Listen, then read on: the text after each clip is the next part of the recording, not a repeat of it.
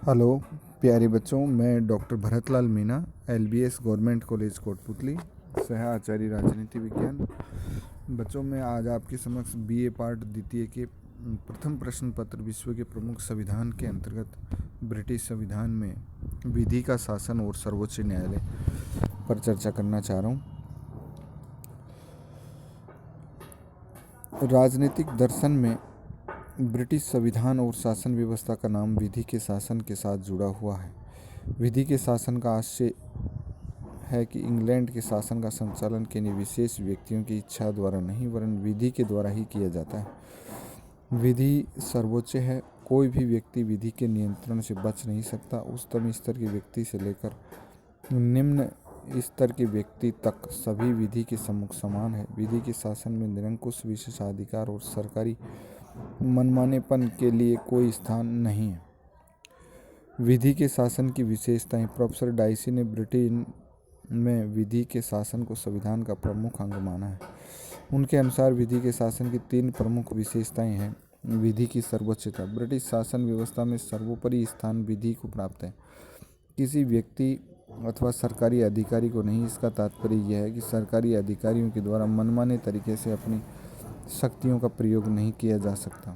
उन्हें विधि द्वारा निर्धारित सीमाओं के अंतर्गत रहते हुए ही अपना कार्य करना होता है। प्रशासन के सभी कार्यों के लिए आवश्यक है कि उनके किए जाने के लिए कानून द्वारा अधिकार प्रदान किया गया हो। इस संबंध में हेगन और पावेल लिखते हैं, जो लोग सरकार बनाते हैं वे लोग मनमानी नहीं कर सकते। उनको अपनी शक्ति संसद द्वारा निर्मित नियमों के अनुसार ही प्रयोग में लानी होती है।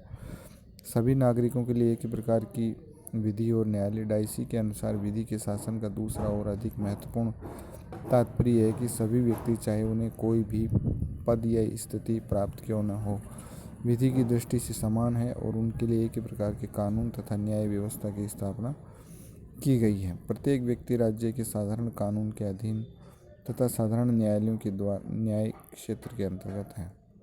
विधि के शासन की मान्यता के कारण ही ब्रिटेन में फ्रांस जैसे प्रशासनिक न्यायालय नहीं है, जिनके अंतर्गत प्रशासनिक अधिकारियों के विरुद्ध उनके द्वारा किए गए उन कार्यों के लिए अभियोग चलाए जा सकते हैं जो उन्होंने अपने पद पर रहते हुए किए।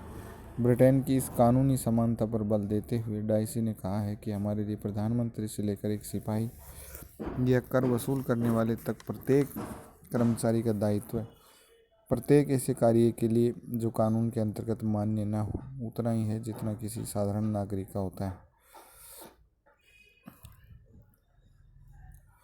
विधि का शासन व्यक्ति के अधिकारों का रक्षक। डाइसी के अनुसार विधि के शासन का तीसरा तात्पर्य यह है कि वह विधि के सामान्य सिद्धांत, नागरिक स्वतंत्रताओं के रक्षक और न्यायालय स्वतंत्रता तथा अधिकारों की संरक्षक है।